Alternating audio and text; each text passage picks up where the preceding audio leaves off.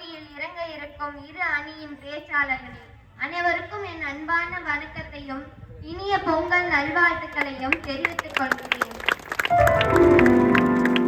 அதுக்கு முன்னாடி ஒரு திருக்குறளும் ஒரு கேள்வியோடு.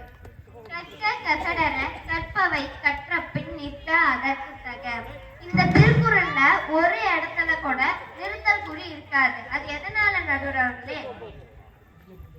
நிக்கிறதுக்கு கூட கால் வேணும். இப்ப படிப்புங்கிற ஒரு ஆயுதம் இருந்தா நம்ம சொந்த கால்ல நிக்கலாம், எந்த ஒரு துணைக்காலும் தேவையில்லை. அதனாலதான் இந்த திருக்குறள்ல துணைக்காலே இல்லாம கொடுத்திருக்காங்க. இந்த மாதிரி தான் நம்ம சமூகமும் நிக்கிறதுக்கு கூட நேரம் இல்லாம ஓடிட்டு இருக்கு. இப்ப அதை பத்தி தான் நான் பேச வந்திருக்கேன். இப்ப அந்த காலத்துல சரியான கல்வியும் சரியான போக்குவரத்தும் இல்லை. அது எதனால? அந்தைய சூழல் அப்படி இருந்ததுனால. இப்ப இப்ப இந்த சமூகம் எப்படி முன்னேற்றம் அடைஞ்சது? அது எதனால அப்படின்னு பார்த்தோம்னா, நம்ம அந்த காலத்துல பெண்களை வீட்டுல இருந்து வெளியவே விடல. அப்ப எப்ப பெண்கள் வீட்டை விட்டு வெளியே வந்தாங்களோ அப்பயே இந்த சமூகம் சரியா வளர்ந்துச்சு.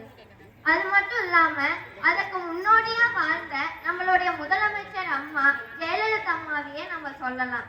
இப்ப புத்தகத்துல படிக்கிறது மட்டும் கல்வி இல்லை அப்படின்னு நம்ம நினைச்சிட்டு இருக்கிறதும் தப்பு. அதுக்கு நம்ம வாழ்க்கையில பண்ற அனுபவத்தினால கற்கிற எல்லாமே கல்விதான். இப்ப அதுக்கு ஒரு சில விளக்கம் தர விரும்புற நடுவர்களே.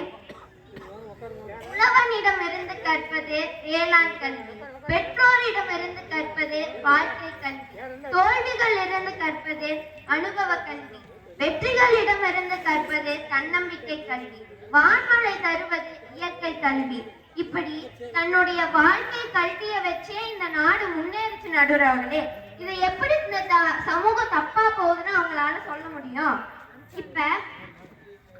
இப்ப தன்னுடைய குழந்தைகளை படிக்கணும்னு நினைச்சாவே போதும் நடுறவர்களே. இப்ப கல்விங்கிற ரயில்ல அவங்களை ஏற்றி விட்டாவே போதும் நடுறவர்களே. இன்றைய சமூகம் அவங்க எந்த இடத்துல இறங்கணுமோ, எந்த இலக்கை அவங்க அடையணும்னு நினைக்கிறாங்களோ அந்த இலக்கை கல்வியே அவங்கள கூட்டிட்டு போய் அடைய வைக்கும் நடுவர்களே. அதெல்லாம் எதனால? இன்றைய சமூகம் சரியான பாதையில் போயிட்டு இருக்கிறதுனால நடுவர்களே. இப்ப அது மட்டும் இல்லாம இன்றைய சமூகம் தவறான வழியில போச்சுன்னா சாப்பிடறதுக்கோட வழி இருக்காது நடுவர்களே. இப்ப ஐஐடிங்கிற ஒரு தொழிற்கூடத்துல இப்ப இலவசமா கல்வி பயில வச்சு அவங்களுக்கு இலவசமா தகுதியான தொழிலாளர்களை தேர்ந்தெடுக்கிறாங்க நடுவர்களே. இப்ப அது மட்டும் இல்லாம நீட் தேர்வுங்கிற ஒரு தேர்வை பற்றி இன்றைய சமுதாயத்துல தவறான ஒரு கருத்து பரவிட்டு வருது. அதுக்கு ஒரு சிறு கதை சொல்ல விரும்புற நடுவர்களே. அது ஃபர்ஸ்ட் நான் ஒரு விதை விதைக்கிறேன். நாங்கிறது கல்வி, விதைங்கிறது நீங்கெல்லாம். இப்ப நான் அந்த விதையில கல்விங்கிற ஒரு மருந்தை விதைச்சு அது மண்ணுக்குள்ள போட்டு மூடுறேன். அந்த மண்ணுக்குள்ள ரொம்ப இருட்டா இருக்கு, அதுக்கு ரொம்ப பயமா இருக்கு. நம்ம எப்படிடா இந்த அந்த வெளிச்சத்தை நோக்கி நம்மளால வர முடியும் அப்படின்னு சொல்லி அது நினைக்குது. ஃபர்ஸ்ட் அது நம்ம எப்படியாவது வெளியே போயிடணும், இந்த உலகத்தை எப்படியாவது நம்ம பார்க்கணும்னு சொல்லி அது மனசுக்குள்ள நினைக்குது. அந்த ஆசை அதுக்கு ரொம்ப பெருசா இருக்கு. அதுக்காக அது ரொம்ப உழைக்குது. கொஞ்சம் கொஞ்சமா மேல வர்றதுக்கு தன்னுடைய முழு ஆர்வத்தை போடுது. அப்ப அவ்வளவுதான், இன்னும் கொஞ்சம் தூரம் தான் வந்துடலாம் அப்படின்னு நினைக்கக்குள்ள ஒரு கல்லு அதை தடுத்துருது. அவ்வளவுதான், நம்ம முடங்கி போயிடுவோம் அப்படின்னு சொல்லி அது நினைக்கல. ஆனாலும் தன்னுடைய முழு ஆர்வத்தையும் போட்டு தன்னுடைய உடம்பையும் வளர்ச்சி இந்த உலகத்தை இந்த ஒளியை நோக்கி அது வந்துச்சு. அந்த மாதிரிதான் நீட் தேர்வு எழுதுறவங்களும் 6ல இருந்து 12 வரைக்கும் இருக்கிற ஒவ்வொரு புத்தகத்திலையும் ஒவ்வொரு பக்கத்தையும் அவ்வளவு கஷ்டப்பட்டு படிச்சு இன்றைய சமூகத்துல சரியா மருத்துவத்துறையில மருத்துவரா பணியாடுறாங்க நடுவர்களே. அதெல்லாம் எப்படி? இன்றைய சமூகம் சரியான பாதையில போயிட்டு இருக்கிறதுனால தானே. இன்றைய சமூகம் தப்பான பாதையில போச்சுன்னா இதெல்லாம் எப்படி நடுவர்களே நடந்திருக்கும்? நீட்டுங்கிற தேர்வே வந்திருக்காது நடுவர்களே. இன்றைய சமூகம் இப்ப கூட சரியான பாதையில தான் போயிட்டு இருக்கு நடுவர்களே. கைத்தட்டி எல்லாம் உற்சாகப்படுத்தலாமே.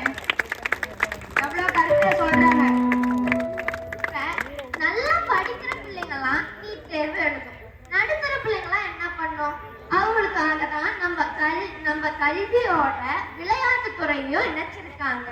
அது எப்படின்னா, இப்ப சும்மா ஒவ்வொரு குழந்தைக்கும் ஒவ்வொரு திறன் இருக்கும், ஒரு திறமை இருக்கும். அந்த திறமையை வெளிக்கொண்டுட்டு வர்றதுக்காக தான் விளையாட்டு துறையும் இந்த கல்வியோட இணைச்சிருக்காங்க.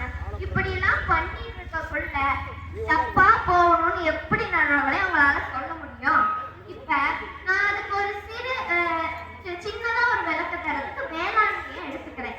இப்ப வேளாண்மையில முன்னெல்லாம் ஒரு நாத்து நட்டாங்கன்னா அதுக்கு எத்தனை வேலையாட்கள் வேணும். அதுல இருந்து நெல் எடுக்கிறது கூட மிஷின் வச்சு ஆடு மாடுகளை எடுத்துட்டு போயிட்டு அதுல இருந்து நெல் வந்துட்டு எடுத்துட்டு வீட்டுக்கு கொண்டு வந்துட்டு அதுல இருந்து மண்ணி எடுத்து அதுல நெல்லு குத்தி அதுல இருந்து அரிசி எடுப்பாங்க நடுவர்களே. ஆனா இன்றைக்கு சமுதாயம் வளர்ந்திருக்கிறதுனால ஒரு இயந்திரத்தை கொண்டுட்டு வந்து காட்டுல விட்டா போது நடுவர்களே. நெல்லு தனியா வைக்கோ தனியா தனித்தனியா வந்துருது.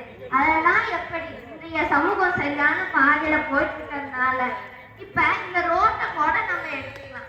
இந்த ரோடு வந்துட்டு போடுறதுக்கு எத்தனை நாள் முன்னெல்லாம் ஆச்சு? 1.5 மாசம் 1 மாசம் ஆச்சு நடுவர்களே. ஆனா இப்ப இந்த கல்விங்கிற ஒரு மூலதனத்துல உருவான இயந்திரத்தினால கண்டுபிடிச்ச இந்த இயந்திரம் வந்துட்டு இந்த ரோட போட முடிஞ்சத ஒரே நாள்லயே போட்டு முடிச்சுட்டாங்க. இதெல்லாம் எப்படி இன்றைய சமூகம் சரியான பாதையில போயிட்டு இருக்கனாலதான நடுவர் அவர்களே எங்களுக்கு இந்த தீர்ப்பினை வழங்குமாறு கூறி இன்றைய சமூகம் சரியான பாதையில தான் போயிட்டு இருக்குன்னு உங்களை கூற சொல்லி நான் எனக்கு வாய்ப்பளித்த இளந்தமிழர் எழுச்சி மன்ற குழுவிற்கு நன்றியை கூறி விடைபெறுகிறேன். நன்றி. அருமையான பேச்சு. கல்வியை பத்தி இவ்வளவு தகவல் இருக்குதா அப்படின்றத அவங்களோட கருத்து மூலியமாக வெளிப்படுத்திட்டாங்க. இப்ப சரியான பாதையில பயணிக்கல, வழி மாதிரிதான் பயணிக்குது அப்படின்னு அனுஷ்கா அவங்களோட கருத்துக்களை முன்வைப்பாங்க. வாங்க அனுஷ்கா. அதில் தோன்றிய மொழி இதில்லா தொன்மை மொழி, அப்பை வளர்த்த மொழி, என் உயிருடன் கலந்த என் தாய் மொழியாம் செந்தமிழ் மொழிக்கு எனது முத்தான முதற்கண் வணக்கங்களை தெரிவித்துக் கொள்கிறேன். அருமை அருமை. நீதி நெறியை 3ஆம் கண்ணாக கொண்டு அமர்ந்திருக்கும் நீதி வலுவா நடுவர் அவர்களுக்கும், சூரியனை போல் அமர்ந்திருக்கும் எனது 2 அணிகளுக்கும், அதன் கோள்களாய் திகழும் எனது ஊர் பொதுமக்கள் அனைவருக்கும் எனது கரம் கூப்பி வணக்கங்களை தெரிவித்துக் கொள்கிறேன். மற்றும் எமது நாளாம் தை திருநாளாம் அதற்கு என்னுடைய அன்பான வாழ்த்துக்களை தெரிவித்துக் கொள்கிறேன்.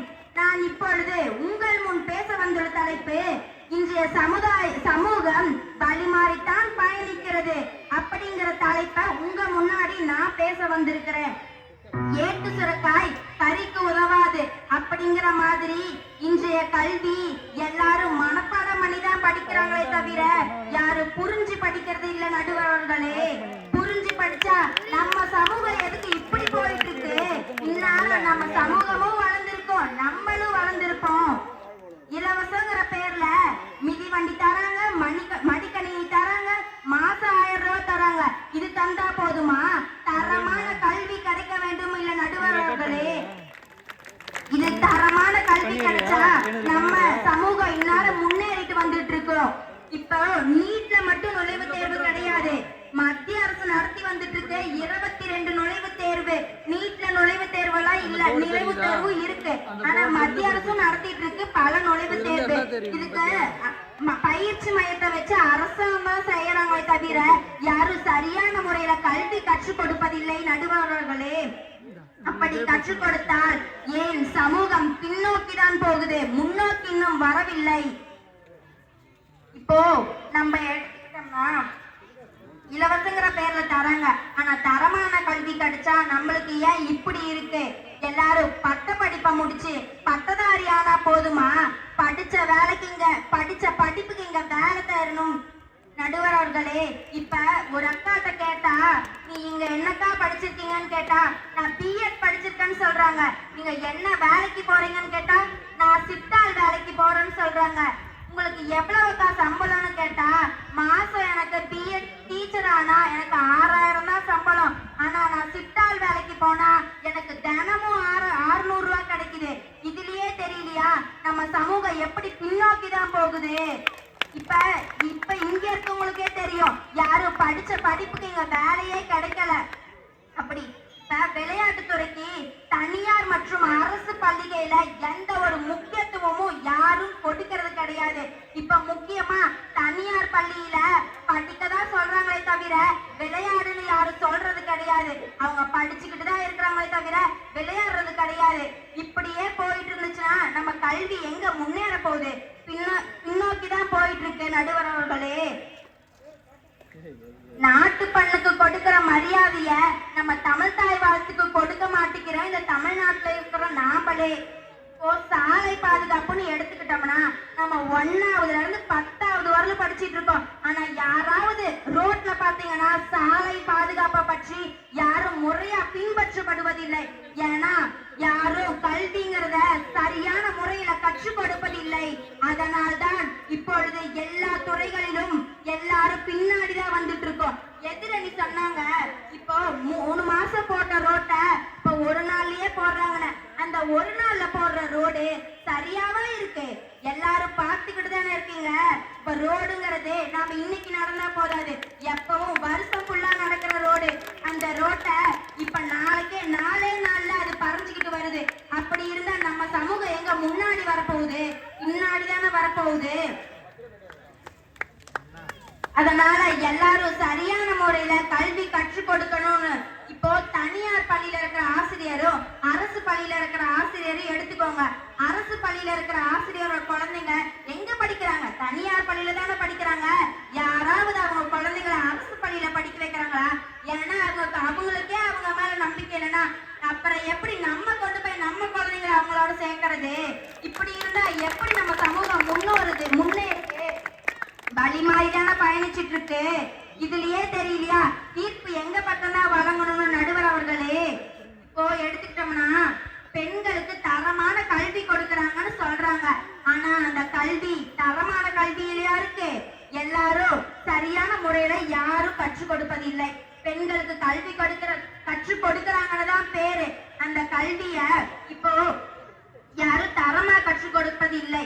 ஏன்னா இப்போ பெண்களுக்கு இந்த ஆடைகளை தான் அணிய வேண்டும், நீ இப்படித்தான் இருக்க வேண்டும், இந்த சமூகத்தில் நீ ஆண்களிடம் பேசக்கூடாது என்று சொல்லும் ஆண்களும் சமூகமும் அந்த ஆண்களுக்கு எப்படி பெண்களை மதிக்க வேண்டும் என்று கற்றுக் கொடுக்கிறதா?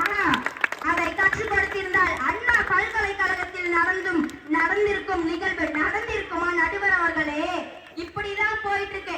இப்போ நம்ம அடுத்த நாட்டுல நடக்கிற நம்ம விஷயத்தெல்லாம் வாய அரைச்சுதான் நம்ம தான் பாக்குறோம். நம்ம யாரும் முன்னேறதும் கிடையாது, எந்த ஒரு சட்டத்தையும் யாரும் மதிக்கிறதும் கிடையாது. இப்போ நான் ஏன் சாலை பாதுகாப்பெல்லாம் பத்தி பேசணும்னா எல்லாத்துக்கும் அடிப்படை தேவையே கல்விதான் மக்களே. அந்த கல்வியை கற்றுக் கொடுத்தா, சரியான முறையில கற்றுக் கொடுத்தா ஏன் சமூகம் முன்னேற போகுது? முன்னேற கிடையாது. அந்த சமூகம் முன்னேற வேணும்னா நம்மளை சுற்றி இருக்கவங்களும் நம்மளை நம்பி இருக்கவங்களும் கல்விங்கிறத தரமான கல்வி கற்றுக் கொடுக்கணும். இப்போ அரசு நடத்திட்டு இருக்க வேண்டியதெல்லாம் தனியார் நடத்துது, தனியார் நடத்த வேண்டியதெல்லாம் அரசு நடத்திட்டு இருக்கு. எடுத்துக்கிட்டீங்கன்னா இப்போ பள்ளிகள் எல்லாம் அரசு நடத்த வேண்டியது தனியார் எடுத்து நடத்திட்டு இருக்கு. டாஸ்மார்க் எடுத்துக்கிட்டீங்கன்னா தனியார் நடத்த வேண்டியதெல்லாம் அரசு நடத்திட்டு இருக்கு. இப்போ கல்விக்கு எந்த ஒரு முக்கியத்துவமும் கொடுக்கறது இல்ல.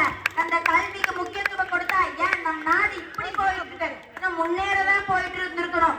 அப்படி பார்த்தா அந்த டாஸ்மார்க் அவ்வளவு முக்கியத்துவம் தராங்களே, ஏன் கல்விக்கு கொடுக்கறது இல்ல? அதில் வருமானம் வருகிறது, இதில் நஷ்டம் ஏற்படுகிறது. ஒவ்வொரு அரசு பள்ளியில் படிக்கும் மாணவர்கள் அவரது குழந்தைகளை பத்திரமாக அனுப்பினார்கள். ஆனா அங்கே போய் கேட்டா எனக்கு தெரியாது, கடமைக்குன்னு வராங்க, கடமைக்குன்னு உட்காந்துட்டாங்க, கடமைக்குன்னு போறாங்க. ஆனா தனியார் பள்ளியில எடுத்துக்கிட்டோம்னா அவங்க எவ்வளவு பத்திரமா பாக்குறாங்க. ஏன்னா காசுங்கிறது அங்க முக்கியத்துவமா போயிட்டு இருக்குது. அப்படி கூறி எனக்கு வாய்ப்பளித்த இளந்தமிழர் எழுச்சி மன்றத்துக்கு நன்றியை கூறுகிறேன். 5 எழுத்தில் வணக்கம் சொல்லி 3 எழுத்தில் நன்றி கூறி 7 எழுத்தில் விடைபெறுகிறேன். நன்றி, வணக்கம். அருமை அருமை அருமையான கருத்து. கல்வி பத்தி இவ்வளவு தகவல் இருக்கு. யாரும் இப்ப அரசு பள்ளியில சேர்க்கறது இல்ல, தனியார் பள்ளியில சேர்த்து பெருமைக்கு தாங்க தனியார் பள்ளியில சேர்க்கீங்க. யாரும் அரசு பள்ளியில சேர்த்தனாதான் அவங்களுக்கு இலவசமா எல்லாம் கிடைக்கும். தனியார் பள்ளியில சேர்த்து அவங்கள மக்கப் தான் பண்றாங்க. யாரும் முழுசா படிச்சு அந்த கருத்துக்களை புரிஞ்சுக்கிறது இல்ல அப்படின்ற கருத்துக்கள் எல்லாம் அனுஷ்கா முன் வச்சுட்டாங்க. இப்ப 2 பேர் பேசணும்னா தீர்ப்பு சொல்ல முடியாது.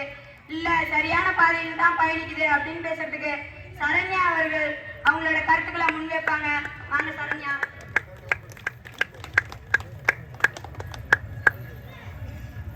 குறுக்கிடுவதற்கு மன்னிக்கவும். எங்கள் ஊர் பெரியவர்களுக்கு நாங்கள் இப்பொழுது மரியாதை செலுத்த வேண்டும். அவர்கள் அப்பொழுது வராதனால் இப்பொழுது அவர்களுக்கு பொன்னாடியை வழங்குவதற்காக அவர்களை அழைக்கிறோம். எங்கள் ஊர் பெரியப்பு என்கின்ற பெருமாள் அவர்களை மேடைக்கு அருகில் அழைக்கிறோம். அவருக்கு எங்கள் பொன்னாடியை திரு கேசவன் அவர்கள் அணிவிப்பார்.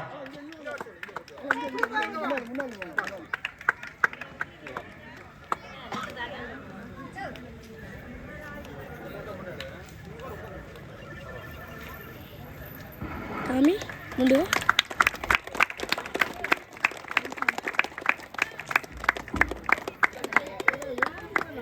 விழாவிற்கு வந்திருந்த ஐயா அவர்களுக்கு எங்களது இளந்தமிழ் எழுத்து மன்றத்தின் சார்பாக நன்றியை தெரிவித்துக் கொள்கிறோம்.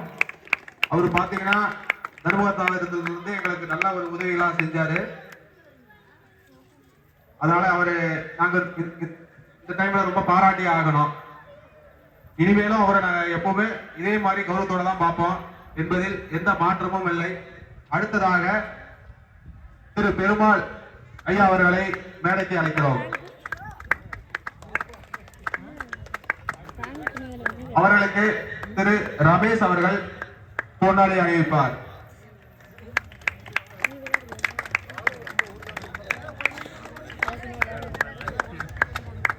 கைத்தட்டி அவர்களை உற்சாகப்படுத்துங்கள். நமது பெருமாள் மாமா அவருக்கு கூட எங்களுக்கு எப்பொழுதும் உறுதுணையாக இருப்பார். மன்றத்திலே சேரவில்லை என்றாலும் எங்களுக்கு அத்தனை ஒத்துழைப்புகளும் கொடுப்பார். நல்ல நல்ல ஐடியாக்களை கொடுப்பார். எங்களுடைய இளந்தமிழ் எழுச்சி மன்றத்தின் சார்பாக அவர்களுக்கு நன்றியை தெரிவித்துக் கொள்கிறோம். அடுத்ததாக திரு சுப்பிரமணி அவர்களை மேடைக்கு அழைக்கிறோம். அவர்களுக்கு திரு சக்திவேல் அவர்களை பொன்னாடை அணிவிப்பார் என்று தெரிவிக்கிறோம்.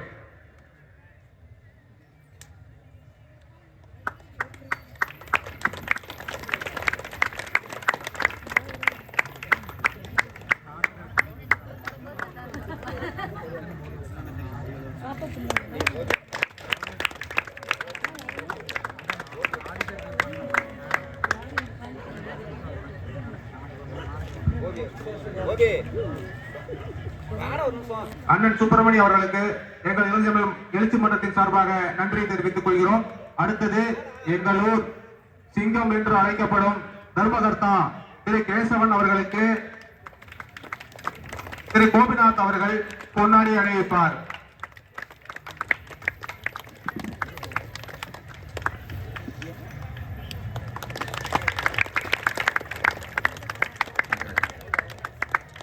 நன்றி திரு கேசவன் அவர்கள் எங்களுடைய சங்கத்தின் நிர்வாகி. அவர்களுக்கு எங்களுடைய நன்றியை தெரிவித்துக் கொள்கிறோம். பட்டிமன்றம் இப்பொழுது தொடரும்.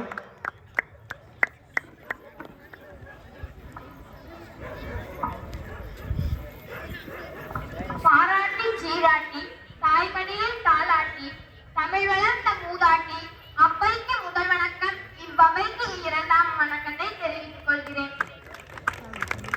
நான் பேச வந்துள்ள தலைப்பு சமூகம் சரியான வழியில் பயணிக்கிறது என்பதை பற்றி ஒரு சில கருத்துக்களை கூற வந்துள்ளேன். அதற்கு முன் அனைவருக்கும் பொங்கல் தின நல்வாழ்த்துக்கள். ஒரு கவிதை: காதலர்களிடையே தூதாக்கி, உறவினர்களிடையே உறவாகி, நண்பர்களிடையே பாடமாகி, கண் பார்க்கும் கணினியும் நீயானாயே, அளவில்லா விஷயங்களை அள்ளிக் கொடுத்தாயே, மீண்டும் மீண்டும் தொழில்நுட்ப வளர்ச்சியை அடைய செய்தாயே என்று கூறி எனது உரையை இனிதே தொடங்குகிறேன். ஒரு காலத்துல நமக்கெல்லாம் கைபேசி எட்டா கனியா இருந்துச்சு. இப்ப இருக்கிற தொழில்நுட்ப வளர்ச்சியில பாத்தீங்கன்னா, இப்ப உட்காந்துருக்கீங்க பாருங்க, எல்லாருக்கிட்டையும் ஆளுக்கு ஒரு தொலைபேசி இருக்கு.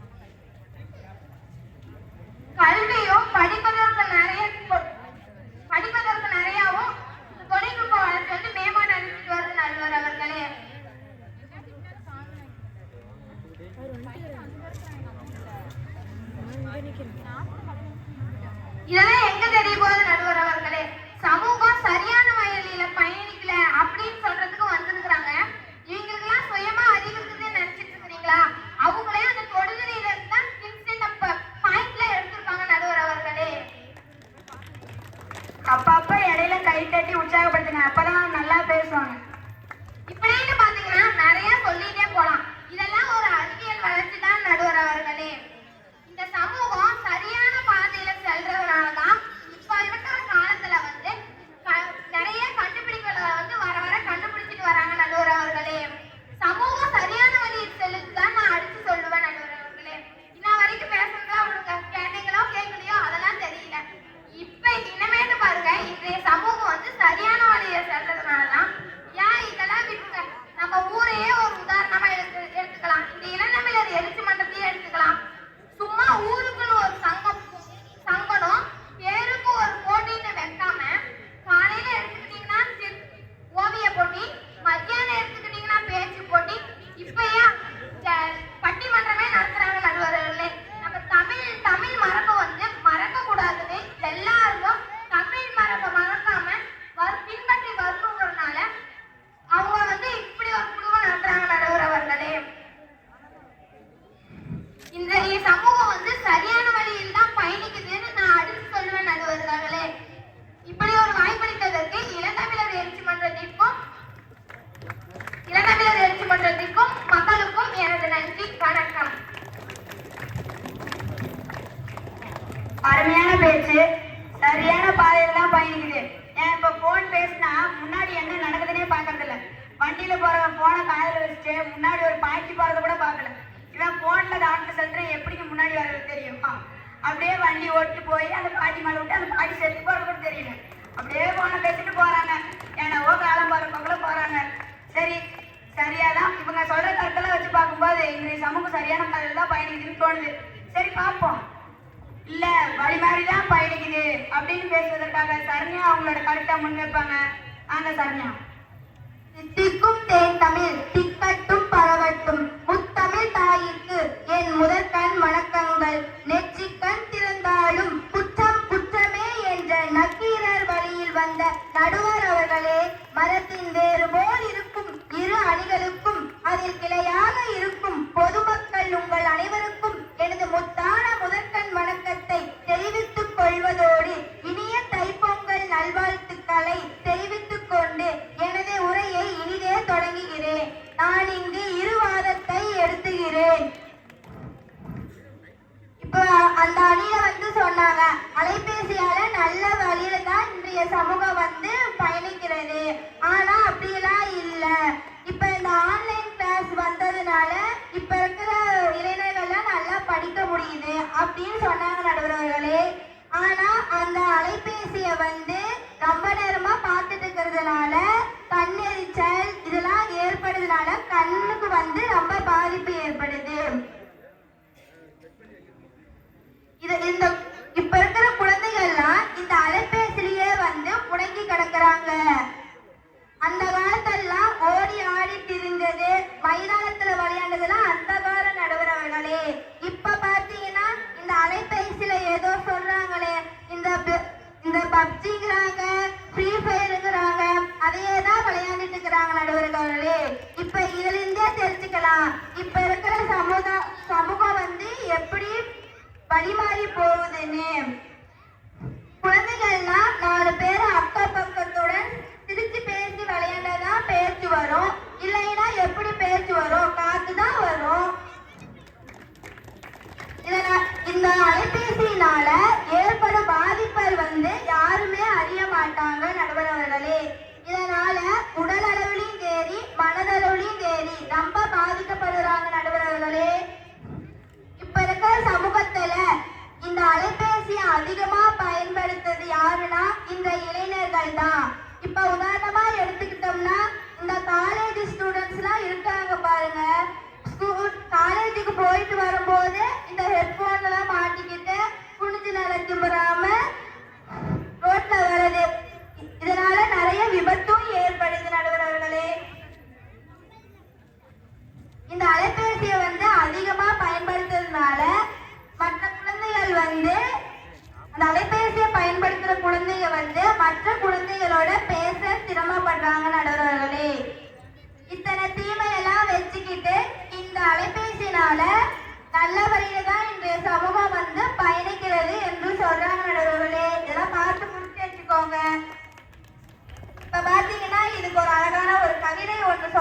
நடுவர்களே.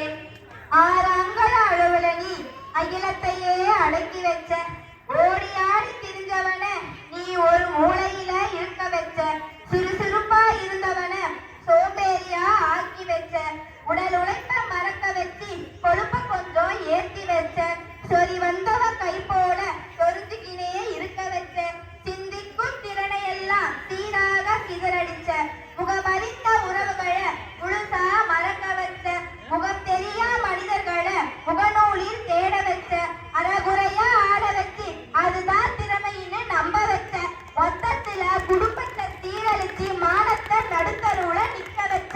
இத்தனை தீமைகள் வந்து இருக்குது இந்த போன்ல. ஆனா இவங்க வந்து சரியாதான் இன்றைய சமூகம் வந்து இந்த அலைபேசினால போகுதுன்னு பேச வந்திருக்கிறாங்க. இப்ப பாத்தீங்கன்னா எங்க வீட்டு பக்கத்துல இருக்கிற ஒரு அக்கா பாத்தீங்கன்னா போன்ல வந்து பாட்டு ஒயல ஒயாலே ஒயல ஒயல ஒயாலே அப்படின்னு பாட்டு கேட்டுக்கிட்டு அடுப்புல போய் பால் வைக்கிறது. அப்புறமா அதை வச்சுட்டு அந்த சைடு ஒயல ஒயாலே ஒயல ஒயல ஒயாலே பாட்டு கேட்டுட்டு வந்துடுறது. அப்புறம் அங்க ஒயல ஒயாலே கேட்டுட்டு வந்தா பால் இல்ல, அங்க வெறும் சட்டி தான் இருக்குது. பால் பார்த்தோம்னா அங்க ஒயல ஒயாலேன்னு போயிட்டு இருக்குது. அது அந்த பூனை குடிச்சிட்டு இருக்குது பாருங்க. இப்ப வந்து இந்த சமூகம் வந்து நடைபேசினால எப்படி போகுதுன்னு இதுல இருந்து தெரிஞ்சுக்கோங்க நடுவர்களே, எல்லாம் புரிஞ்சு வச்சுக்கோங்க. இப்ப பாத்தீங்கன்னா இது வந்து அலைபேசியில மட்டும்தான் இல்ல நடுவர்களே, இது வந்து விவசாயத்திலயும் இருக்குது. இதை பத்தி ஒரு சில வார்த்தைகள் மட்டும் நான் பேசி எனது உரையை முடித்துக் கொள்கிறேன் நடுவர் அவர்களே. இப்ப பாத்தீங்கன்னா இந்த விவசாய நிலை இருக்குதுன்னு தான் பேரு, அதுல விவசாயம் செய்ய மாட்டேங்கிறாங்க. வீடு கட்டுறாங்க, வீட்டு மனைகள் கட்டுறாங்க, அதெல்லாம் விற்கிறாங்க, பெரிய கட்டிடம் தான் கட்டுறாங்க, விவசாயமா செய்யறாங்க. இப்படி எல்லாம் இருந்தா எப்படி நடுவர்களே இன்றைய விவசாயம் வந்து நல்ல முறையில போகும்? இதனால வழிமாறிதான நடுவர்களே போகுது. அப்ப கை தட்டினா மட்டும்தான் முடி வளரும். அப்ப காலையில வந்து என்ன கை தட்டின முடிய வளர்த்துன்னு நம்ம தட்ட கூடாது, கை தட்டுங்க. இப்ப பாத்தீங்கன்னா அந்த தொழிற்சாலை புகையினாலையும் அதுல இருக்கிற ரசாயன பொருட்களாலையும் அந்த நீராதாரங்கள கலந்ததுனால விவசாயத்துக்கு வந்து பயன்படுத்த முடியல. இதனால விவசாயம் வந்து ரொம்ப வீழ்ச்சடையுது நடுவர்களே. இந்த தொழிற்சாலை இருக்கிறதுனால நன்மைதான் அப்படின்னு சொல்ல வந்திருக்காங்க. இப்ப பாத்தீங்கன்னா பரம்பரையா ஏக்கர் கணக்குல நிலம் வச்சிருந்தாலும் அதுல விவசாயமா செய்யறாங்க, அதுல வீடு தான் கட்டுறாங்க, இல்ல பெரிய கட்டிடம் தான் கட்டுறாங்க, விவசாயம் செய்ய மாட்டேங்கிறாங்க. இப்ப பொதுவா பாத்துக்கிட்டோம்னா ஒரு பொண்ணு பார்க்கும் போது கூட எங்ககிட்ட வீடு இருக்குது, காடு இருக்குது, நிலம் இருக்குதுன்னு தான் சொல்றாங்க. ஆனா அதுல என் பொண்ணு வந்து வேலை செய்யணும்னு சொல்ல மாட்டேங்கிறாங்க. இது எப்படி நியாயமா நடுவர்களே? சொல்லுங்க பார்க்கலாம். இது ஏன் விவசாயம் செய்யற நோக்கத்துடன் விவசாய நிலத்தை வச்சிருக்கல, அதை அழிச்சு திங்கணும் நோக்கத்துடன் தான் நடுவர்களை வச்சிருக்கிறாங்க. பார்த்துக்கோங்க, அதெல்லாம் குறிச்சு வச்சுக்கோங்க நடுவர்களே. அந்த காலத்தெல்லாம் உழவர் சந்தை வார சந்தைன்னு இருந்துச்சுதான் அந்த காலம். இப்ப ஏதோ இந்த சூப்பர் மார்க்கெட்டுக்குறாங்க, ஷாப்பிங் மாலுக்குறாங்க, எல்லாம் அதுக்கு தான் போறாங்க. இதுக்காக வராங்க. இந்த இளைஞர்கள்லாம் இந்த உழவர் சந்தையெல்லாம் என்னன்னு கேட்கிற நிலைமைக்கு வந்துச்சு நடுவர்களே. இப்ப பாத்தீங்கன்னா அந்த காலத்தெல்லாம் இயற்கையான முறையில தான் விவசாயம் செஞ்சாங்க. இப்ப பாத்தீங்கன்னா இந்த ரசாயன பொருட்களை தான் அதிக அளவுல பயன்படுத்திட்டு இருக்கிறாங்க. அந்த செடிக்கும் நம்ம மருந்து பயன்படுத்தி நம்ம வாழ்க்கையும் மருந்து போகுது நடுவர்களே. இப்ப பாத்தீங்கன்னா ஒரு விதையை வந்து அந்த நிலத்துல போட்டு அது முளைச்சி வரத்துக்குள்ளேயுமே அவட அந்த மருந்து மிஷினை எடுத்துக்கிட்டு டர்ரு புருன்னு போட்டுக்கிறாங்க நடுவரே. விவசாயத்துல பாத்தீங்கன்னா உற்பத்தி செலவு அதிகமா இருக்குது, ஆனா விற்பனை செலவு வந்து கம்மியா தான் இருக்குது நடுவர்களே. இப்ப நம்ம அதுக்கு உதாரணமா வச்சுக்கிட்டோம்னா இந்த 100 நாள் வேலை திட்டம்னு ஒண்ணு இருக்குது பாருங்க நடுவர்களே. அது 100 நாள் வேலை திட்டம் தான் இருக்குது, அது பேருக்கு மட்டும்தான். காலையில 9 மணிக்கு பைய எடுத்துட்டு வந்துடுறது, வந்த உடனே ஒரு மீட்டிங்க போட்டுக்கிறது, அப்புறம் 10 மணிக்கு உட்காந்து ஊருக்கதை உலக கதைலாம் பேசிட்டு 11 மணிக்கு மேல புல்லுக்கும் வலிக்காத மண்வெட்டிக்கும் வலிக்காத ஒரு சொரண்டிட்டு போயிடுறது. 1 மணி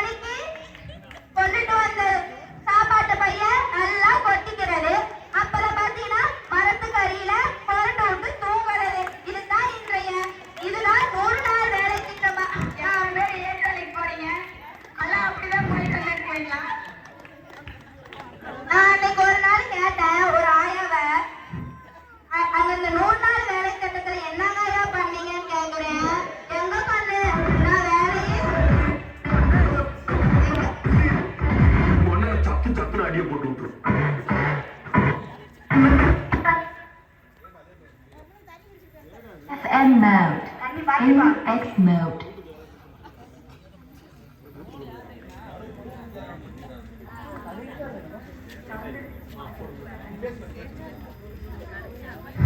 எங்க கண்ணு தூங்காம நான் வேலை செஞ்சிட்டு இருக்கிறேன், சாப்பிடவும் முடியல. அந்த மரத்தை வெட்டி இந்த மரத்தை வெட்டி என்ன பிழிச்சு பிழிச்சு போகுது பாருங்க நாயா. இப்படி இருக்குது. இந்த இயந்திரத்தினால நல்ல இந்த சமூகம் வந்து நல்ல வழியில தான் போகுதுன்னு சொன்னாங்க. ஆனா அதெல்லாம் உண்மை இல்லை. இந்த இயந்திரத்தினால பல மக்களுக்கு வேலை வாய்ப்பு இல்லாத இருக்கு நடுவர் அவர்களே. நான் சொன்னதெல்லாம் குறிச்சு வச்சுக்கோங்க. இப்ப இதுக்கு ஒரு அழகான ஒரு கவிதை ஒன்று சொல்லலாம் நடுவர் அவர்களே. பூமி தாயின் மடியில் பால் கொடுத்த பயிர்கள் இன்று இயந்திர கரங்களால் காயப்பட்டு கிடக்கின்றன. விதைக்கும் கை நீர் பாய்ச்சும் கை இல்லாமல் இரும்பு கரங்கள் ஆட்டி பார்ப்பது வேதனை. பசுமையான வயல்கள் இன்று கருகி போயின. இயற்கை உரங்கள் மாறி ரசாயனங்கள் பரவின. பூச்சிகள் இருந்து பறவைகள் பறந்து போயின. மண்வளம் குறைந்து விளைச்சல் குறைந்தது. கிராமங்கள் வெறுத்தோடி இளைஞர்கள் நகரம் புகுந்தனர். விவசாயம் இழிவான தொழிலாக மாறியது நடுவர்களே. பணம் சம்பாதிக்க வேண்டும் என்றால் நிலத்தை விற்று நகரத்துக்கு ஓடினர். இயந்திரங்கள் வேகமாக இயங்கினாலும் இயற்கையின் சமநிலை கெட்டு போனது. பருவங்கள் மாறி மழை பொய்த்து போனது. விவசாயிகளின் வாழ்க்கை நொடித்து போனது நடுவர்களே.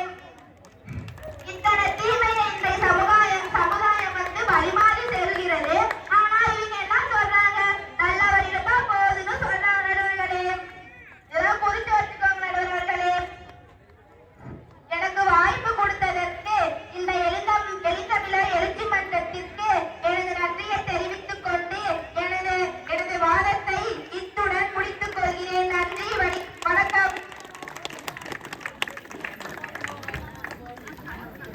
அருமையான பேச்சு. இவ்வளவு கருத்துக்களை சொல்லியிருக்காங்க. பழைய சோத்தை தின்னுட்டு பாஸ்மதி ரைஸ் தயாரிச்சதெல்லாம் அந்த காலம். சுடு சோத்தை தின்னுட்டு வீட்டுல தூங்குறது இந்த காலம். எல்லா விவசாயத்தையும் விட்டுவிட்டு நகரம் தேடி போயிட்டு இருக்கிறாங்க அப்படின்னு அருமையான கருத்தெல்லாம் சொன்னாங்க. இதெல்லாம் பார்க்கும்போது இவங்க சொன்ன கருத்தெல்லாம் பார்க்கும்போது சரியான பாதையில பயணிக்கல, வழி மாதிரிதான் பயணிக்குது அப்படின்ற கருத்துப்படி சொல்லியிருக்காங்க. அவங்க சொன்னதை பார்த்தா வழி மாதிரிதான் பயணிக்குது அப்படின்னு தோணுதுங்க. சரி, சரியான பாதையில் பயணிக்கிறது என்று பேசுவதற்காக மைதிலி அவங்களோட கருத்துக்களை முன்வைப்பாங்க. வாங்க மைதிலி. அகத்தியன் தொட்டிலிட்டு தொல்காப்பியன் பாராட்டி பூவேந்தன் சீராட்டி பாராட்டி போற்றி வளர்த்த என் தாய்மொழியாம் அன்னை தமிழில் முதலில் வணங்கி நடுவர் அன்பின் உருவமாக இருக்கும் நடுவர் அவர்களே, அவர் எதை சொன்னாலும் மறுக்காமல் ஏற்றுக்கொள்ளும் இரு அணிகளுக்கும் என் இனிய பொதுமக்களாகிய உங்களுக்கும் என் இரண்டாம் வணக்கத்தை தெரிவித்து என் கருத்தினை முன்வைக்கிறேன். இன்றைய சமூகம் சரியான பாதையில் தான் செல்கிறது நடுவர் அவர்களே. அதுக்கு ஒரு திருக்குறள் சொல்லி நான் ஆரம்பிக்கிறேன். நீரின்றி அமையாத உலகில் யார் யாருக்கும் வானின்றி அமையாத ஒழுக்கு. இன்னைக்கு பாத்தீங்கன்னா நீருங்கிறது ரொம்ப முக்கியமானதா இருக்குது. நீர் மட்டும் இல்லைங்க, நல்ல சுகாதாரம், நல்ல நிலையான சுதந்திரம் அப்படின்னு சொல்லிட்டே போலாங்க. அதுல ஏங்க நம்ம வாழ்க்கையே எடுத்துக்கலாம். அனைவருக்கும் நல்ல வேலை இருக்கு, அதுல கை நிறைய சம்பளமும் கிடைக்குது. ஆனா நம்ம எது என்னமோ சொன்னாங்க விவசாயத்தை பத்தி. நடுவர் அவர்களே, இங்கெல்லாம் விவசாயம் நடக்கிறது நல்லாவே நடக்கல, எல்லாரும் வீடு மனைகள் தான் கட்டிட்டு இருக்காங்கன்னு சொன்னாங்க. நடுவர் அவர்களே, இங்கெல்லாம் விவசாயம் கட்டி இருக்கிறது என்ன அவங்க கண்ணுக்கு தெரியலையா? ஏன்னா அவங்க சொல்லி கொடுத்ததெல்லாம் எங்க கண்ணுக்கு தெரியலையான்னு கேட்க நடுவர் அவர்களே. அந்த காலத்துல ஒரு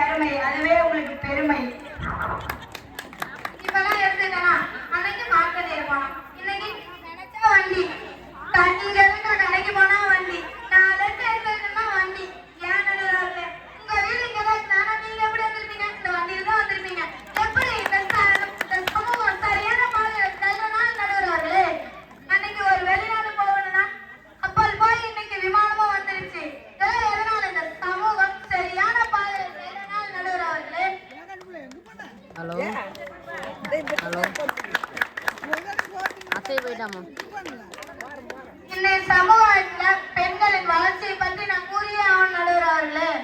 அன்னைக்குதான் அது போதும் பெண்களுக்கு படிப்பென்ற காலம் போய் இன்னைக்கு பெண்கள் பல துறையில சாதித்து வராங்க நடுவர்களே. ஒரு பெண்ணால அன்னைக்கு சுதந்திரமா வெளியே நடமாட முடியல. எதனால? அன்றைய சமூகம் சரியான பாதையில செல்லாதனால.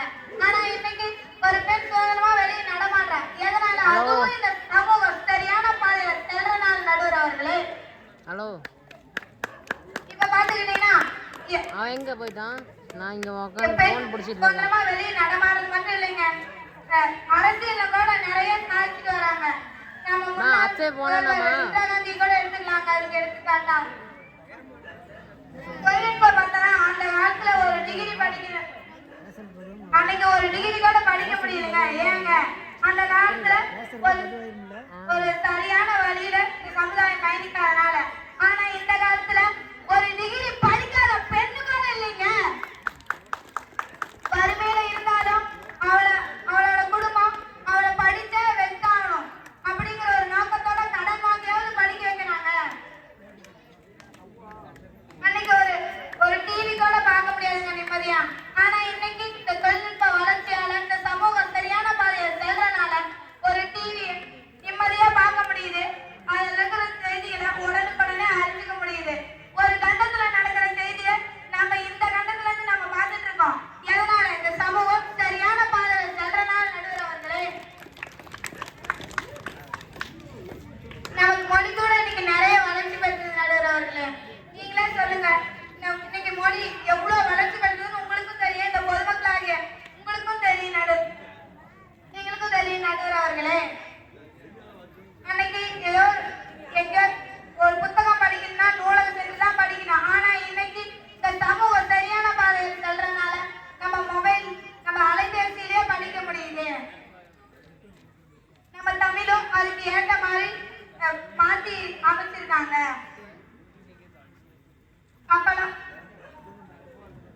அப்பெல்லாம் என்ன நடுவர்களே?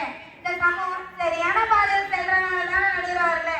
ஒரு தொலைபேசியா இருந்தாலும் அதுல அவ்வளவு செய்திகளையும் நம்மளால அறிஞ்சிக்க முடியுது. என்னமோ எதிரன்னு சொன்னாங்க, இந்த தொலைபேசியால எவ்வளவோ கெடுமை இருக்கு. ஏன் நீங்க அந்த கெடுமையை எடுத்துக்கிறீங்க? அதுல இருந்து நன்மை எடுத்துட்டு நல்ல வழியில பயணிங்க. இன்னைக்கு அரசியல் பத்தி பேசியே ஆகணுங்க. இன்னைக்கு நம்ம உள்ளூர் அரசியல்வாதிகள் இந்த சமுதாயத்தை நல்லா கட்டமைச்சு வராங்கன்னே சொல்லலாம். சம உரிமை, சமத்துவம், பெண் உரிமை, இடஒதுக்கீடு போன்ற எண்ணற்ற திட்டங்களை நம்மளுக்கு கட்டமைச்சு வராங்க. எதனால? இந்த சமூகம் ஞான பாதையில் செல்றனால நடுவர்களே. எல்லாரும் சொன்னாங்க இன்னைக்கு நம்மளுக்கு தரமான கல்வியே கிடைக்கிறது இல்லைன்னு. யார் சொன்னா தரமான கல்வி கிடைக்குது? கிடைக்குதுன்னு இப்பதானுங்க கொஞ்ச நேரத்துக்கு முன்னாடி எங்க அணி ஜெய லோகிதா சொன்னாங்க.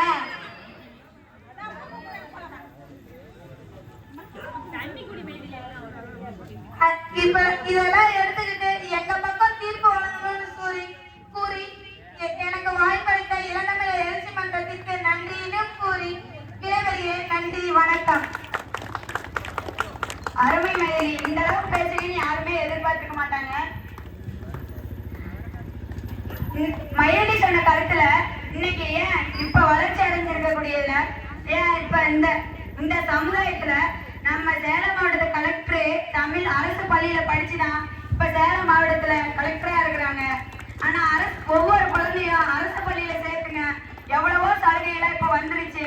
ஏன் உங்க குழந்தை 1வது படிக்கும் போதுல இருந்து 12வது முடிச்சு ஒரு உயர் கல்விக்கு போற வரைக்கும் அந்த குழந்தைக்கு மாசம் உதவித்தொகை கிடைக்குதுங்க. உங்க குழந்தைய கொண்டு போய் தனியார் பள்ளியில சேர்த்து பெருமை சேர்த்திக்கிறோம்னு நினைக்காதீங்க. பெருமை இல்லாது சரி. இப்ப வழி மாறி பயணிக்குது, இன்றைய சமூகம் சரியான பாதையில் பயணிக்கவில்லை என்று பேசுவதற்காக பார்த்திபன் அவர்கள் அவங்களோட கருத்துக்களை முன்வைப்பாங்க. அங்க பார்த்திருக்காங்க. போல் அமர்ந்திருக்கும் நடுவர் அவர்களே, அதில் கல்களாக இருக்கும் இரணி வெற்றாளர்களே, அதில் மண்ணாக இருந்து இன்று மழையை உருவாக்கிய மக்களே, உங்கள் அனைவருக்கும் முத்தான முதற்கண் வணக்கத்தை தெரிவித்துக் கொண்டு எனது உரையை தொடங்குகிறேன். மரமில்லாமல் காற்றில்லை, மழை இல்லாமல் நீர் இல்லை. அது போல இந்த நடுவர் இல்லாம எங்க பட்டிமன்றமே இல்லைங்க. எங்களுக்கு பயிற்சி அளித்த திரு இளங்கோவன் அவர்களுக்கும் உதவியாளராக இருந்த திரு நந்தீஷ் அவர்களுக்கும் எனது பட்டிமன்ற சார்பாக நன்றியை தெரிவித்துக் கொண்டு உரையை தொடங்குகிறேன். அதாவது நடுவரே, செல்பேசின்னு அலைபேசின்னு சொல்றாங்கல்ல, அதுல பாலியல் குற்றங்கள் அதிகம் நடக்குது நடுவரே. ஒரு சின்ன பிள்ளை சாப்பிடணும்னா போன இது அலைபேசியை கொடுத்து சாப்பிட வைக்கிறாங்கல்ல, அந்த சின்ன பிள்ளை நாளைக்கு பெரியவங்களா ஆனாலும் அதுக்குள்ளேயே முழுகி இப்ப பாலியல் குற்றங்கள் அதிகமா ஈடுபடுது. அது போல எங்கள் அணியில சொன்னாங்களே இந்த அண்ணா பல்கலைக்கழகத்துல ஏற்றது, அதையே நான் சொல்றேன். அண்ணா பல்கலைக்கழகத்துல ஈடுபட்டது எதனால தெரியுமா?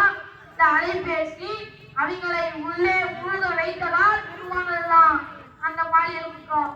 அதனால சின்ன பிள்ளைங்களுக்கு யாரும் அலைபேசியை கொடுத்து அதனுள் மூழ்க வைக்க வேண்டாம்.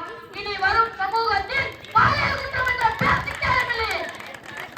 அதை தெரிவித்துக் கொண்டு தமிழர் பண்பாடு இடையில கை தட்டுங்க, அப்பதான் நல்லா பேசுவாங்க. அதே போல தமிழர் பண்பாடு ஊட்டுல போற எல்இடி டிவி வந்துச்சாங்கல்ல, ஏதோ டிவி சொன்னாங்க. பாடி 8 மணி ஆனா முன்னாடி வந்து உட்காந்துக்கிறது. நான் நாடகம் ஓடும், இந்த நாடகம் அந்த நாடகம் பார்க்கறது. 11 மணிக்கு பிக் பாஸ் போடுறாங்க. அந்த ஒரு பாக்ஸுக்குள்ள 10 பேர் அடுத்து போடுறாங்க. அத பத்திரிகை கூட 11 வரல உட்காந்து பாக்குறாங்க. அந்த குடும்பம் ஒரு குடும்பமா ஒரு குடும்பம் அக்கறையில பொதுவா சொல்றேன். அது யாரும் ரொம்ப நினைச்சாங்க. அதே மாதிரி அடுத்த நாள் வேலைக்கு போறது லீவ் போறது, நைட்டு டிவி பார்த்து லீவு வருது. நல்ல கொண்டு அடிக்கிறது. கூட்டு குடும்பம் இந்த டிவிய பார்த்து ஒவ்வொரு நாடகமும் நல்லா இருக்குதா, நாடகங்கிறாங்க அது இதுங்கிறாங்க, அது நல்லா இருக்குதா, ஒரு மூலையில உட்காந்து அழுவுறது, ஒரு மூலையில சிரிக்கிறது, ஒரு மூலையில சமைக்கிறது. இந்த விஷயத்தை போட்டு நாடகம்னு 1/2 மணி நேரம் ஓடுறாங்க, மக்கள் உட்காந்து பாக்குறாங்க. பாருங்க, இந்த நாடகமும் பார்த்து இந்த கூட்டு குடும்பம் விரியுதுங்க. அதுல போற சீனை கொண்டாந்து வீட்டுல விட்டு கலவரம் ஆகுறது, குடும்பத்தை 2ஆ பிரிக்கிறது. அந்த காலத்துல தாத்தா பாட்டி எல்லாம் உட்காந்து பிள்ளைய பார்க்க வாழ போய் இப்ப இந்த அலைபேசி பாக்குற நிலைமை வந்துருச்சு. எல்லாம் புரிஞ்சு வச்சுக்கோங்க நடுவரே. நமது பண்பாடு பொங்கல் இப்ப கொண்டாடுறமே தெரியுமா? இளநமிழர் எழுச்சி மன்றங்கிற குழு 12 வருஷமா நடத்திட்டு வராங்க. இது போன்ற பல இடங்களில் நடத்தினால் இன்றைய தொலைக்காட்சியில் பார்க்க வேண்டியது மட்டுமின்றி அவர்களது ஒவ்வொரு சந்தோஷமும் இருக்கும். தொலைக்காட்சியில் பார்க்கிறார்கள். ஆனால் ஆசை நிறைவேறுகிறதா? இல்ல நடுவரே நிறைவேறுகிறதா?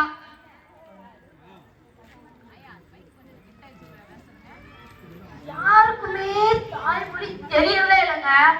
ஒருத்தன் சொல்றான், ஒருத்தன் கேட்கறேன், நீ எத்தனாவது போற? 12th போறேங்கிறான். அவனுக்கு தாய்மொழி தெரியுதா? பல இடத்துல ஆங்கிலத்தை தான் பயன்படுத்துறான். அதே மாதிரி பயன்படுத்துறான் பாருங்க. ஒருத்தங்கிட்ட கேட்கறேன், வணக்கங்கிறேன், குட் மார்னிங்கிறான். மாலை வணக்கங்கிற ஒருத்தங்கிட்ட அவன் குட் ஈவினிங்கிறான். பாருங்க, அவனுக்கு ஈவினிங் எல்லாம் கொண்டாந்து ஏன்ட்டு விடுறாங்க, வணக்கம் சொல்ல விடுறாங்களா? எல்லாம் உண்மையானே? அப்ப கை தட்டுங்க, உண்மையா இருந்தா கை தட்டுங்க. இப்பெல்லாம் பண்றாங்க பாரு. அதேதான் கல் தோன்றி மண் தோன்றா காலத்துல உருவான மொழி நம்ம தமிழ் மொழிங்க. எல்லா மொழிக்கும் மூத்த மொழியும் அந்த தமிழ் மொழி. எல்லா மொழிக்கும் அடிமைப்பட்டு வருதுங்க நடுவரே. அது உங்களுக்கு தெரியுமா? பொது இடத்துல தவறாக நடக்கிறாங்க. ஒருத்தன் லைட் அடிச்சு நடு ரோட்ல வாங்க மதருங்கிறான். கேட்டா இது ஏன் ரூல்ஸ், நீ என்ன கேக்குறாங்கிறான். இந்த இடத்துல என்ன சமூக தவறான வழியில பயணிச்சதால நடுவரே இந்த நிலைமைக்குள்ள இருக்குது நம்ம சமூகம். இதெல்லாம் யாருக்கு தெரியுது? கேட்டா இதெல்லாம் எங்க வரோம் எங்க வரப்போ எங்க வரப்போறாங்க. சினிமாவில போடுற பாருங்க, முதல்ல எடுத்ததும் போடுவான், மது அருந்துதல் உடல்நலத்திற்கு கேடு, புகைப்பிடித்தல் புற்றுநோயை உண்டாகும். எடுத்ததும் அந்த சீன் தான் கொண்டாடுவான். எதுக்கு சொல்லுவாங்க அப்படின்னு விட்டு போக வேண்டியது. பாருங்க, அதெல்லாம் போடுறதையே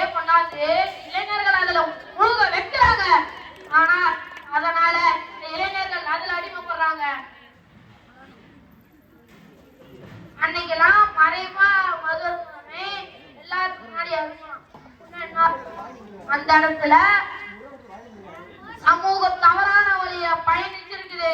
அதனால அந்த நிலைமைக்கு வந்திருக்கிறான்.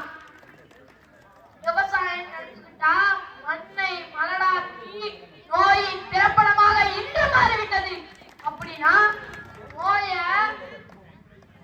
மண்ணை மலடாக்கினா இந்த மருந்து சொன்னாங்க பாருங்க, அடி கரு உருன்னு அந்த மண்ணை மிஷின் எடுத்து மண்ணை பாழாக்கிடுறாங்க. அப்புறம் எங்கேயோ இருக்கிற கேன்சரு இதெல்லாம் நம்ம ஒவ்வொரு மக்களுக்கும் வருது. அதனால இன்றைய மக்கள் இயற்கை உரத்தை பயன்படுத்தி விவசாயத்தை மேன்மையுற்று காட்டுங்கள். அதுவே நமது நாட்டின் வளர்ச்சிக்கு முன்னுதாரணம். புரித உணவுங்க ஒவ்வொரு இடத்துல இப்படி எட்டி பார்த்தா வீட்டுல இருந்து எட்டி பார்க்குறோம், கோயிலுக்கு தெரியுது. ஒரே அந்த டவுன்ல இருந்து எட்டி பார்த்தா புரோட்டா கடையும் KFC சிக்கன் கடையும் தான் தெரியுது. இதெல்லாம் அப்பெல்லாம் களி கம்பஞ்சோரை தின்னு 102 வயசு வரலாங்க. இப்ப இதெல்லாம் நின்றுட்டு 52 வயசுலயே படுத்துக்கிறாங்க. என்ன பண்றது நிலைமை அப்படி. அது எப்படி இருக்கணும் ஓரத்துக்குறதுல நாமலாம் பணக்காரன் அதைத்தான் திங்கிறானோ தவிர களி கம்பஞ்சோரை பாக்குறானா அதெல்லாம் என்ன உணவுன்னு கேட்கறான். அப்பெல்லாம் அதைத்தான் உணவுன்னா அப்ப இப்படின்னா என்னன்னு தெரியல. அரசியல் எடுத்துக்கிட்டோம்னா ஒரு இளைஞன் உருவாக்க அரசியலில் பல வழிகள் உள்ளது. அதனால் தான் அவன் அரசியலுக்கே செல்கிறான். அந்த அரசியலில் பல விஷயங்களில் லாபம் வருகிறது. அதனால் தான் அவன் அரசியலுக்கும் செல்கிறான். 100 நாள் வேலை திட்டம் வந்துச்சு பாருங்க. ஒரு 50-53 வயசுல ஒரு ஆயிரம் நடந்து போகுது. என்னையா சோத்துமை எடுத்துட்டு கிளம்பிட்டாங்கன்னே, நான் அரசாங்க வேலைக்கு போறேன் போகுது. சொல்லப்படியே தெரியாது என்ன வேலைன்னு. என்னன்னு வாத்தா பின்னாடியே போனா போய் ஏரியில 4 மரத்தை அள்ளி கொட்டிட்டு 4 மரத்துக்கடி 4 பேர் படுத்து 4 தூக்கம் தூங்கி எந்திரிக்கிறான். இதுக்கு வேற கவர்மெண்ட் 200 ரூபாய் சம்பளம் போடலாம். இப்படி வருது தாயா கேட்கிறேன். என்னையா கவர்மெண்ட் வேலை 7 மணி நேரத்துல முடிஞ்சிருச்சா? நானும் வரேன் என்னையும் சேர்த்துக்குவாங்களேங்கிறேன். சின்ன பசங்க கேட்க கூடாது. ஏயா நீங்க போய் அந்த 4 மரத்தை அளவு நான் அல்ல மாட்டேன்னு கேட்டா இதெல்லாம் பெரியவங்களுக்கு வழங்கப்படுற அரசாங்க வேலை பாரு. அரசு போக்குவரத்து விட்டாங்க. அதுல அரசு இலவச பேருந்து விட்டாங்க பாருங்க. இங்க ஒரு 7:30 மணிக்கு ஒரு பஸ் வருது பாருங்க. எல்லாம் இலவசம் ஏறிடுறாங்க. 3/4 மணி நேரம் ஆனாலும் இங்க இருந்து ஆட்டோமி போய் ஏற மாட்டேன் பாருங்க. இலவசம் கொடுத்தா எல்லாம் பண்றேன்.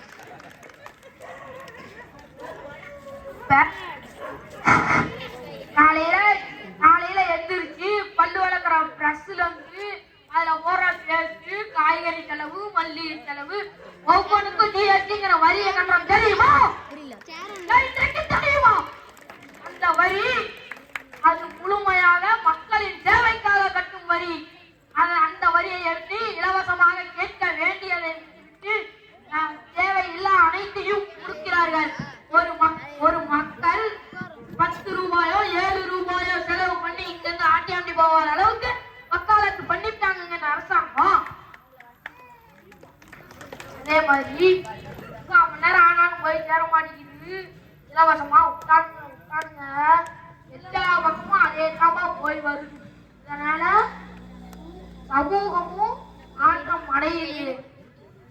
இப்ப அதுல கட்டுற GST வரியில இந்த மாதிரி இலவசத்துல விட்டுட்டு அதை எதை வச்சு நாங்க ஈடு கட்டுவாங்க? அந்த இதுக்கு தமிழரின் வளர்ச்சி சொல்லிக்கிறேன் கேளுங்க. தமிழரின் வளர்ச்சியில ஒரு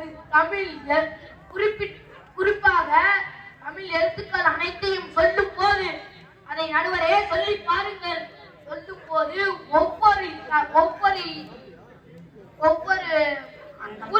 ஒவ்வொரு அங்கங்களும் இயங்குகின்றன. அது தெரியுமா? குறிப்பாக என்னும் வார்த்தையை சொல்லி பாருங்களேன். அந்த இதய நோயிலிருந்து அது வெளியே வர வைக்கிறது. இதய நோயை தடுக்கிறது. இந்தியாவிலேயே கடன் அதிகமான வாங்கிய நாட்டில் முதல் இடத்துல தாங்க நம்ம தமிழ்நாடு இருக்கு. நாம கேட்டோமா அரசு போக்குவரத்து கேட்டோமா அரசு இலவச பேருந்து கொடுங்கன்னு கேட்டோமா இலவசமா கொடுக்க வேண்டிய சமமா குடி நல்ல நன்ற குடிநீர் இலவச கல்வி சமமான மருத்துவம் சமமான சாலை போக்குவரத்துகளை நானும் அறிவிச்சிருந்தா நம்ம சமூகம் எங்கேயா போய் நின்றுக்கும் இல்லைங்க. இலவசமா நம்ம பேருந்து கேட்டோமா இலவசமா கொடுக்க வேண்டியதெல்லாம் கொடுக்க வேண்டியதை கொடுக்காம தேவையில்லாத கொடுக்குறாங்க.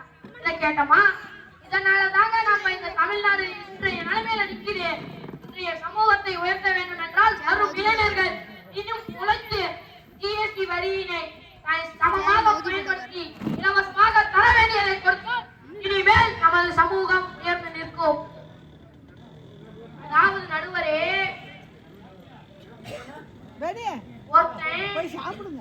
ஒரு பெண் 12 மணிக்கு 1 மணிக்கு வெளியே வர முடிகிறதா? இந்த அளவுக்கு இருக்கிறது. அதை பெண் சுதந்திரம் சொல்றாங்களே, அது பெண் சுதந்திரமா? முழுமையாக அடையாத சுதந்திரத்தை போற்றி கொண்டாடுகிறோம். ஆனால் முழுமையாக சுதந்திரம் அடைந்ததை ஒழுங்காக கொண்டாடுவதில்லை.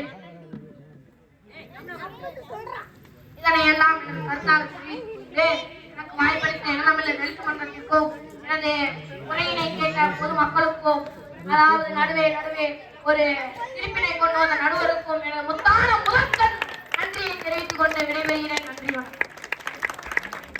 எறும்பு சிரிச்சாலும் காரம் குறையாதுன்னு நிரூபிச்சிட்டாருங்க. ஆளுதான் சிரிசு, அறிவானா பெருசு. 2 அணில இருந்து அவங்களோட வாதத்தெல்லாம் வந்து எடுத்து வச்சிட்டாங்க. இப்ப நம்ம முடிவை அறிவிக்கக்கூடிய நேரம் வந்துருச்சு. இப்ப முதல்ல சரியான பாதையில தான் இந்த சமூகம் பயணிக்குதுன்னு பேசின அணியோட கருத்துக்களை பார்க்கலாம். இன்னைக்கு தரமான கல்வி கிடைக்குது. தரமான கல்வியில இலவசமான உதவித்தொகை, இலவசமான கல்வி எல்லாம் கிடைக்குதுன்னு சொல்றாங்க. சரி, அடுத்து தவற வழிமாறி பயணிக்குது. இன்றைய சமூகம் சரியான பாதையில் செல்லவில்லை என்று பேசிய அணியோட கருத்துக்களை பார்ப்போம். இன்னைக்கு தொலைபேசி நமக்கு சரியான பாதையில கத்துக் கொடுக்குது. இல்ல, நன்மைன்னு எடுத்துக்கிட்டா அது நன்மை, தீமைன்னு எடுத்தா அது தீமை தான். நன்மையில பயணிக்குதா? இல்ல, கெடுதல் தான். எல்லாமே கெடுதல் தான். தொலைபேசியில நிறைய நன்மையும் இருக்கு, கெடுதலும் இருக்கு. அடுத்து விவசாயத்தை பத்தி பேசினாங்க.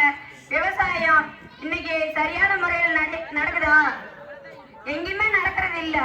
அப்புறம் எப்படி சரியான பாதையில செல்லுதுன்னு நம்ம சொல்ல முடியும்? விவசாயம் இயற்கை உரம் போட்ட இயற்கை விவசாயம் இப்ப எங்கெங்க இருக்குது? இப்ப இயற்கை விவசாயத்தை பத்தி கேட்டா இந்த சமூகத்துல கேள்விக்குறியாதான் இருக்குது. எங்கேயுமே இயற்கை விவசாயமே கிடையாது.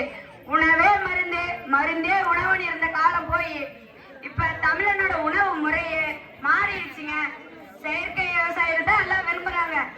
எல்லாம் மருந்து அடிச்சு திங்கிற காய்கறி தின்னுட்டு நல்லா மருந்துன்னு ஆஸ்பத்திரியா ஏறி இறங்கி எல்லாம் மருத்துவமனையில தாங்க இருக்கிறாங்க. அப்புறம் குடும்பத்தை பத்தி பேசினாங்க. குடும்பம்னா என்ன? எல்லாம் அப்ப கூட்டு குடும்பமா இருந்தாங்க. இப்ப கூட்டு குடும்பமா இருக்குதா? எல்லாம் தனி குடும்பம். எல்லாம் மாறிடுச்சு. இப்ப வரக்கூடிய சமுதாயத்துல எல்லாம் மாறிக்கொண்டுதான் வந்துட்டு இருக்கு. இப்ப எல்லாரும் அவங்களோட சுயநலத்தை தான் பயன்படுத்துறாங்க. யாரு எப்படி போன நான் நல்லா இருந்தா போதும், யாரு எப்படி போனா என்ன அப்படிங்கிற மாதிரி சமூகம் மாறிடுச்சு. விட்டு கொடுக்கிற மனப்பான்மை யாருக்கும் இல்லைங்க. அப்புறம் எப்படி சமூகம் சரியான பாதையில செல்லும்? பணம் மட்டுமே வாழ்க்கைன்னு ஒரு கட்டம் போயிட்டு இருக்குது. இன்றைய பெற்றோர்கள் குழந்தைங்களுக்கு சொல்லி கொடுத்து குட்டிச்சவர் ஆக்கிடுறாங்க. அந்த குழந்தைய தனியா சிந்திக்க விடுறதே இல்லை. அந்த குழந்தைக்கு ஃபர்ஸ்ட் அந்த குழந்தைக்கு என்ன சொல்லி கொடுப்பாங்க? அம்மான்னு சொல்லு, அப்பான்னு சொல்லுன்னு சொல்லுவாங்க. அந்த குழந்தைய அம்மான்னு சொல்லி கொடுன்னு பெத்தவங்க சொன்னாதானே அந்த குழந்தை சொல்லும். மம்மின்னு சொல்லு, டாடின்னு சொல்லு அப்படின்னு சொன்னா அந்த குழந்தை எப்படி சொல்லும்? அப்புறம் எப்படி தமிழ் வளர்ச்சி அடையும்? வாழ்வியலையும் யாருமே சொல்லி தரதில்லை. அதை படிக்கிறதும் இல்லை. வெறும் டிகிரி வாங்கிட்டு வேலை கிடைக்கணும்னு எத்தனையோ இளைஞர்கள் கஷ்டப்படுறாங்க. இல்ல, இந்த இதுக்கு பெற்றோரும் ஆசிரியர்களும் தாங்க மிக மிக முக்கிய காரணமே. இந்த குழந்தைக்கு சரியான இதெல்லாம் கத்து கொடுத்தா இப்படி போகுமா?